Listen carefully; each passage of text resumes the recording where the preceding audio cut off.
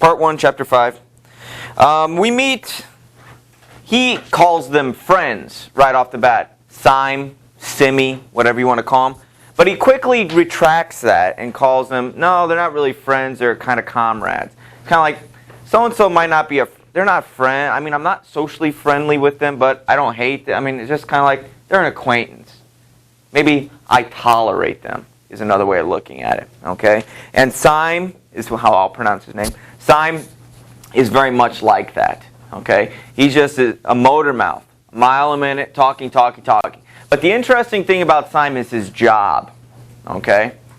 He's in charge, well, not in charge, but he works with a group of people and focuses his attention on the Newspeak dictionary. We're working on the 11th edition, the definitive edition. It's going to be awesome. But unlike our dictionaries now, where each year there's a news story where they add in, we just added in 80 new words into the dictionary. We just added this. A handful of years ago, there was an article that Homer Simpson's dough, D'-O-H, dough, that is in the dictionary now. Okay? And so they add them. Here, they work on getting rid of them. Gone. And we'll talk about that in greater detail. Before we get to that, on the bottom of 48-49, Sime is hitting up Winston for a razor blade. Winston lies and says he doesn't have any. He's been rationing them and saving them. This is important because we talked about the ministry of Ministry of Plenty earlier. Okay, there's always something that is being rationed, things that are scarce. And people have to go and dig around in, black market or the free market, they call it, to try to locate some of these goods. They say that it could be anything from buttons to wool, and now it's razor blades. In a little bit, we're going to talk about chocolate, okay, which doesn't seem that crazy, but yet with the reports from one day to the next, it kind of makes you remember, oh yeah, the whole doublethink. You've got to fully believe what the party wants, even if you have other thoughts and so on. Sime on 49. His mocking eyes roved over Winston's face. I know you, the eyes seemed to say. I see through you. I know very well why you didn't go to see those prisoners hanged. Sime was venomously orthodox. He would talk with a disagreeable, gloating satisfaction of helicopter raids on enemy villages, the trial and confessions of thought criminals, the executions in the cellars of the, remember, Ministry of Love? There are executions in the Ministry of Love. Remember? The whole contradictory terms. Talking to him was largely a matter of getting him away from such subjects like that he likes to talk about, and entangling him, if possible, in the technicality of Newspeak, because that's where he's very proficient, and even Winston says entertaining. He's pleasurable to listen to, talking about when he gets going on that. But if he starts going on and on about government and Big Brother and all these things and the stuff, that bores Winston. He doesn't want to talk about it. It makes him feel, guilty about his thought crimes and so on. And so he tries to steer the conversation. You ever had a friend or acquaintance like that? They're just very much opinionated about one subject. And you're like, that's great, but let's talk about something else. Okay? I have dozens of people that are like that. I'm like, all right, let's talk about band. How'd band do this weekend? Just to get them off, their straight focus. Good. His 11th edition, the bottom of 50 on to 51. The very top, it goes, we're destroying words. Scores of them, hundreds of them every day. We're cutting the language down to the bones. The 11th edition won't contain a single word that will become obsolete before the year 2050. It's a beautiful thing, the destruction of words, he goes on to say. And that kind of contradicts and conflicts everything that we have ever thought, and through school, things like that. And so to hear this person just so passionate about the destruction of words and so on. He goes on to give you some examples. If you have a word like good, What need is there for a word like bad? Just say ungood. Or, hey, double plus good. It sounds weird, but think about all those synonyms for excellent, awesome, cool, all those other things. Just, no, double plus good. Takes care of all of that. See all of those things that we can get rid of? Deleted. It's like on your Word document. You highlight something, you have a whole paragraph, you take the middle sentence out, highlight, delete, boom, gone. Like it wasn't ever there. Same type of thing here. And so that's been their philosophy and so on. He goes on 52, you don't grasp the beauty of the destruction of the words. Do you know that Newspeak is the only language in the world whose vocabulary gets smaller every year? Don't you see that the whole aim of Newspeak is to narrow the range of thought? And that's the most important element. Not, oh man, they're just getting rid of words to get rid of words to get rid of words. No. Don't you see that the whole aim of Newspeak is to narrow the range of thought? In the end, we shall make thought crime literally impossible, because there will be no words to express it. That's the key. Think about that. Big Brother is able to take out words. How can you rebel? How can you be a rebel when the word rebel doesn't exist? Take a moment and let that sink in. You have all these feelings and thoughts, but you can't articulate them. You can't write them down. You can't discuss them with your peers and other rebels. If the words are not there to convey a message or a purpose, that purpose doesn't exist. If a tree falls in the woods and no one is there to listen, that kind of similar type thing. Does it make a sound? Well, the physics tell you yes. But 1984 aspect is, well, no one is there to hear the sound, so the sound doesn't exist if no one's there to hear it. You see that? It's important to kind of grasp and understand. It's a different way of thinking. At the bottom he goes, not a single human being will be alive in the year 2050. Not a single human will be alive who could understand such a conversation as we're having. The conversation we're talking about right now, 70 years down the road, they won't be able to understand it. It'll be a whole different language, because we will have eradicated all of these different words. Language will be completely different. Winston goes, except, began Winston doubtfully, and then he stopped. It had been on the tip of his tongue to say, except the proles. Because the proles, as we find out in these next few sections, they're in their own kind of own world, and Big Brother lets them do their own thing. Okay? The proles are not human beings, he said carelessly. By 2050, earlier probably, all real knowledge of old speak will have disappeared. The whole literature of the past will have been destroyed. Chaucer, Shakespeare, Milton, Byron. They'll exist only in Newspeak versions. Can you imagine reading Shakespeare, but then all of a sudden you go through and put Newspeak and you get rid of all that stuff? It ceases to be Shakespeare. Chaucer. Do you remember when we talked about Chaucer? All of the couplets and everything was a certain amount of syllables and all of that? Go through it and spread Newspeak all throughout. Is it couplets anymore? Is it a certain amount of syllables anymore? No, it ceases to be Chaucer. And so all of those are gone. All of them gone. Here's the key thing what Winston goes on to talk about. One of these days, thought Winston, with sudden, deep conviction, Syme will be vaporized. He's too intelligent. He sees too clearly and speaks too plainly. Does anybody in here watch Survivor? There's always that very first day where they break up the two tribes and everybody's kind of figuring out who's going to be the leader, who's going to be in charge. We need to get our bed and our shelter made so we can go to sleep. And you see people tiptoe. You heard the term walk on eggshells?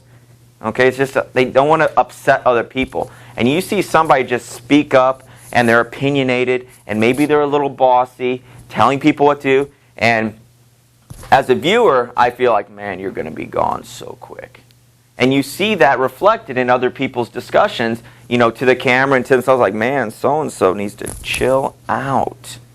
This is the first day. We have 40 days here. What are they?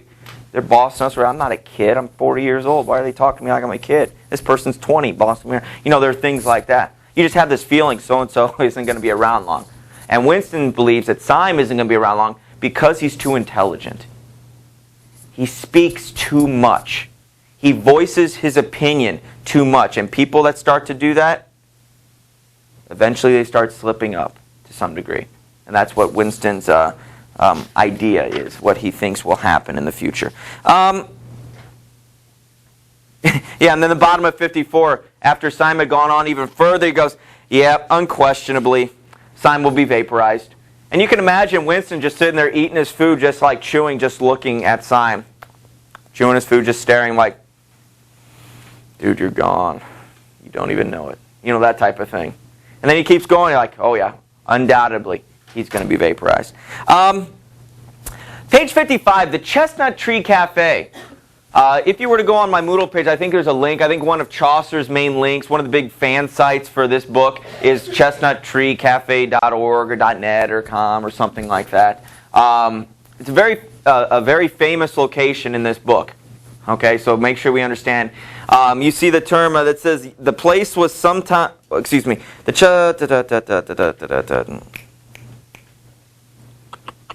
Chestnut Tree Cafe. Yet the place was somehow ill-omened. The old, discredited leaders of the party had been used to gather there before they were finally purged. Goldstein himself, it was said, had sometimes been seen there. So people who were discredited, people who had fallen out, tend to kind of hang out at this Chestnut Tree Cafe, and it'll come back routinely throughout the next couple parts. So make sure we understand that. We meet Parsons. Remember we met his family in part 2 with his little kids, you know, we learned about the little spies and all of that.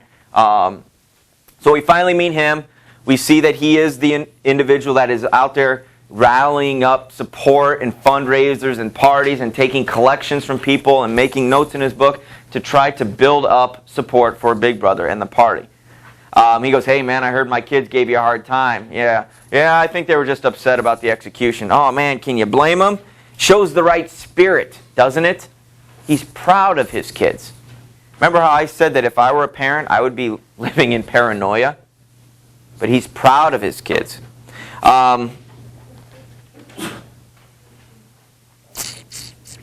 He goes on and says, all that they think about is the spies. Oh, and the war, of course. Can you imagine kids that all they think about? Spying on their parents and for Big Brother and war.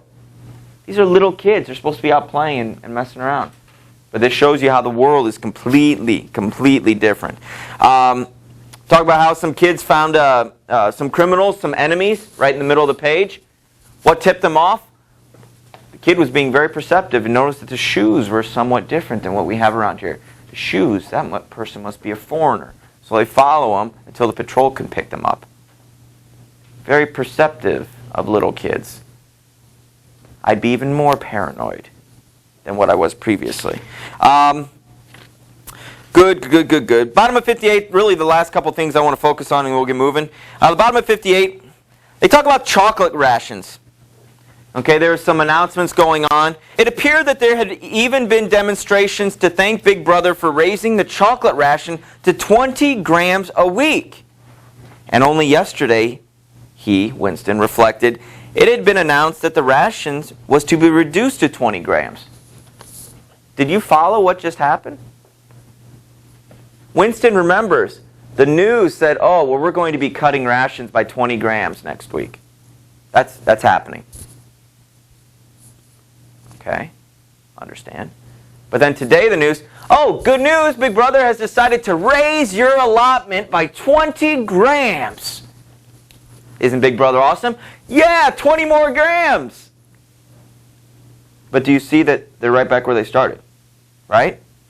But yet Winston, and he says that's the doublethink. In his last line on 59 at the top, he goes, was he then alone in the possession of a memory? Is he the only one that can remember?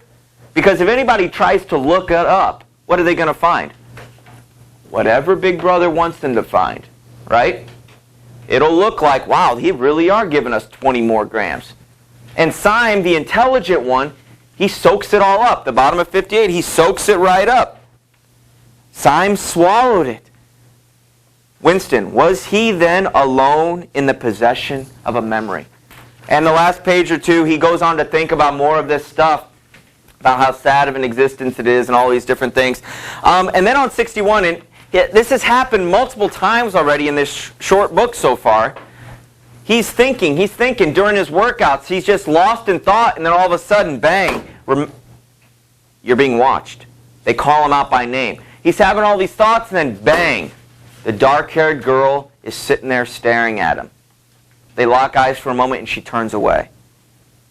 The same dark-haired girl that he wanted to do horrible things to. The same one he's fantasized about in the Golden Meadow, and so on. The instant that she caught his eye, she looked away again. The sweat started out on Winston's backbone. A horrible pang of terror went through him.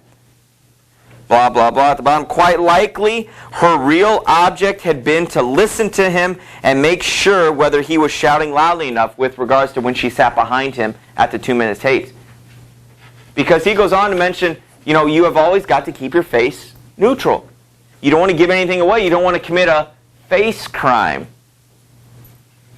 We've had thought crimes, but now we have face crimes, and we don't want to do that. Okay? And he says that, she probably isn't a member of the thought police. She's probably just a spy, like a freelance spy, a mercenary spy, out to get you. Okay? And so that's where he leaves it. 63, we're going to go a little quicker through. He's writing in his diary.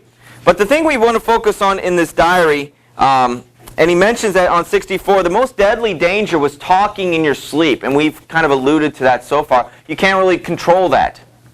Okay, people get up, sleepwalk, and eat, and then go back to bed. People get up and go to the bathroom and come back to bed, and they don't even remember it. It's just subconscious. Your body does its own thing sometimes. Your mind does its own thing. But we find out that Winston is married. Where's his wife? It didn't work out. Are they divorced? No. Just separated. Because we talked about, and it's broken into greater detail here, that marriage isn't about love. You have to apply and go before a committee. I would like to get married to this woman. And it says in here that they will pretty much not grant you permission if they sense there's any physical attraction between each other. It's solely for the purpose of making children for the party. Okay? So there is no love, lust, affection in a marriage. It's just all, business. Okay? It's all business. He goes into detail about making love with his wife, how horrible it was, how she would lay there all clenched with her eyes closed. But yet she was the one who said, we need to do it once a week. Don't forget, we have to do it this weekend. Don't forget, it's happening tonight. But she didn't enjoy it. They say it's doing their duty for the party. I think there was another term that we used as well. Oh, she called it making a baby or our duty to the party. Circle that one. Our duty to the party. The woman's duty is to make babies, is for the party. Okay? We see Winston with a prostitute. An old, haggard, He would go through with this act, this rebellion. Prostitution was not illegal. In fact, the party actually thought it was okay to get rid of any of those longings and feelings that you just couldn't, suppress. And you just had to get them out there. Go ahead. You can't do it with a party member. They use the term promiscuity. You cannot be promiscuous with a party member. But you can with the lowest class. He says that this parole lady, she just lay on the bed and pull her skirt over her head. And he said the most horrible thing you can imagine, that was that. But he went through with it. He went through with it. Not because he found her attractive, but he was defying somebody or something. The party. Big brother.